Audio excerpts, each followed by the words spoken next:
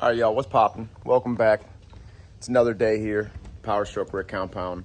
And last night I finished up my last clip you guys saw, adjusting the 4-link arms. So again, the measurements I had from PMF, you guys saw me doing that. The axle, I had to basically kick it forward towards the front and then kind of tilt it back, pull the front of it, the top of it back with the ratchet strap method I used last time. So 4-link's done. So all we have to do now is track bar and drag link and maybe adjust the sway bar links, we'll see, but put it back up and see how we're looking. So that's what we're getting into today. So thanks for stopping by. Hit that subscribe button. It's like a sore dick, can't fucking beat it.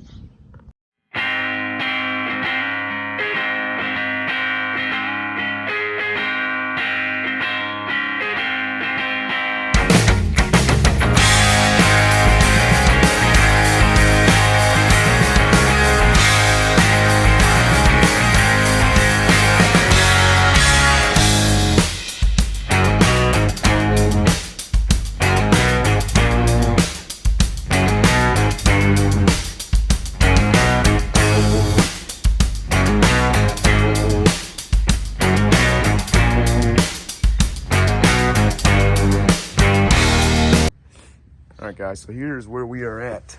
The 4-link is done, fully adjusted.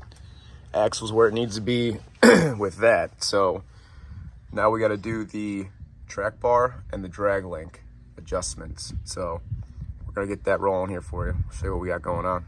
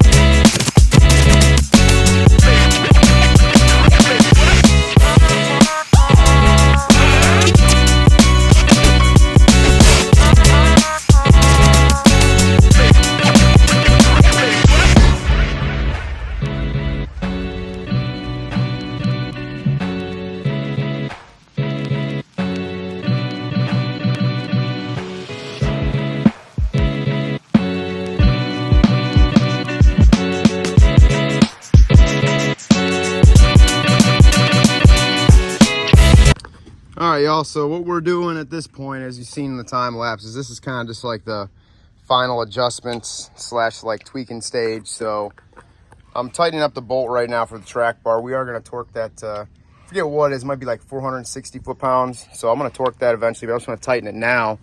So right now what I've been doing is this drag link and track bar. And steering wheel, pretty much straight right there. I've already made adjustments on the drag link. So it's kind of hard. I mean, adjusting shit like this, you don't really have instructions and you kind of got to ballpark it as good as you can, but I did.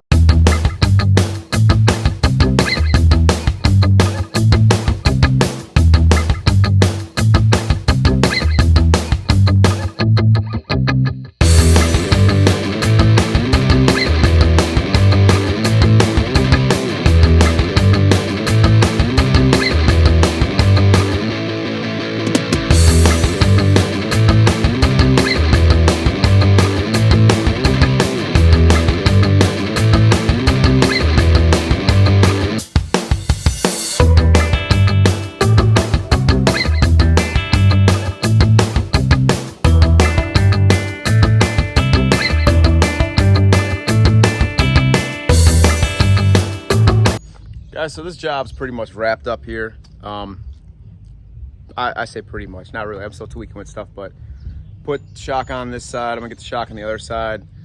Track bar is pretty much adjusted to where I want it. The drag link, I have it pretty much eyeballed to where I want it. I may have to adjust that more when I put the tires on, but so 8.5-inch PMF lift, 7-inch long travel leafs in the rear, everything PMF and Icon. So yeah, 6-inch FabTech lift will be for sale with my Bilstein 5160s, which I might only sell 2 of them because I might do something with the other 2. So we're gonna find out. But yeah, this is pretty much wrapping up here. So keep on filming. All right, guys, so this is it. So my eyes being my eyes, I don't think it's any taller. I don't know. I know my driveway is not level, but 8.5 inches of lift. Should be 7-inch leaf springs in the rear. I got to look at pictures. The picture I do have, I'm pretty sure, when I did the rear a couple of days ago, the front was lower than the rear. Now the front's about a 1/2 inch higher, so that would kind of make sense to whenever they got to settle back there. That would kind of make sense. So this is a full video. I still got some other stuff I'm gonna tinker with. I might swap them stabilizer shocks out, and we gotta take it for a first drive here. Everything, all the jam nuts are tightened down and blue Loctited and everything. I think I got everything tight. That's what I like to say. So brake lines are all dialed in. So I don't know. We'll have to see what she's all about here. A little cheeched up. It'll definitely be a lot better once I get the wheels and tires, for sure. I'll really be able to notice. All right, guys, now that I'm seeing it, it's kind of looking a little bit taller. We're on the test drive here. She's definitely looking cheeched up. I still can't tell too much though. Yeah, I guess it is.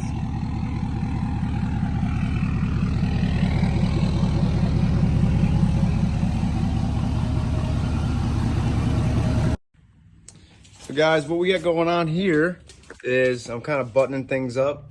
My exhaust, if any of you guys got a gooseneck, it likes to tap up there. So what you can see is I got all the metal cleaned up on the gooseneck itself in there, and I bought some 1/2 inch cold roll steel, and I cut a piece out and I hand bent this, and I'm basically gonna weld it up there to get the exhaust from moving. Since the axle dump, there's a lot of moving around and slapping around. So I'm gonna show you guys doing that, and then took it for the test drive. I think I got to flip the 4-link arms because the track bars is not where I want it. I'm about 1.5 inches off on the passenger side than I am from the driver's side. So yeah, so we're gonna mess with that after this.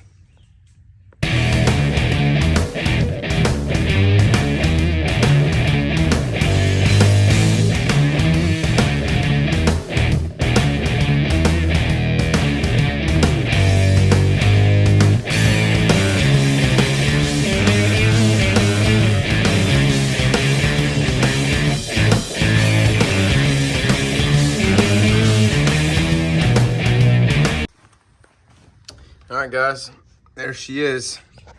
Got the exhaust. Can you see that? Oh no, there we go. It ain't the cleanest, but it's gonna work. So that sucker ain't moving now. What it was doing, it was smacking the goosey. Oh yeah, that thing's dialed in. Yes, sir. So guys, this is everything fully done. This is a full 8.5 inch PMF lift kit now as we speak. So in my previous videos and the ending of this video, you seen me do the 7-inch long travel leaf springs through PMF, U-bolts, all that fancy jazz. The shackle kit back there. Saw me take the bed off, saw me clean everything up, which I wanted to do, which was cool. And then we go to the front. So my driveway is not level, but it's hard to tell. The front, to measure, the front should be higher than the rear by a little bit. So the front one you guys saw me do, you know, I've had these front ends apart so many times, is living and learning now. 7-inch Icon coils, and then the 1.5 inch BMC spacer down there. I had a 1-inch spacer in with some 6-inch coils, so now at 8.5 inches of lift up here. New Bilstein shocks, PMF upgraded brake lines. Go down here. I've dived into the spiky world. I've got some spikes. And then I actually got my Bilstein 5160s as my reservoir shocks now. And yeah, everything's the same up here, except, well, PMF sway bar drop brackets as well. So you've seen it here. 8.5 inch PMF lift. I think it looks great. All the color match is pretty much done. I don't know what else to color match. I don't know what else I should do. I'm waiting for the wheels and tires right now. They should be coming here soon. So yeah, she's looking good. She's definitely looking good.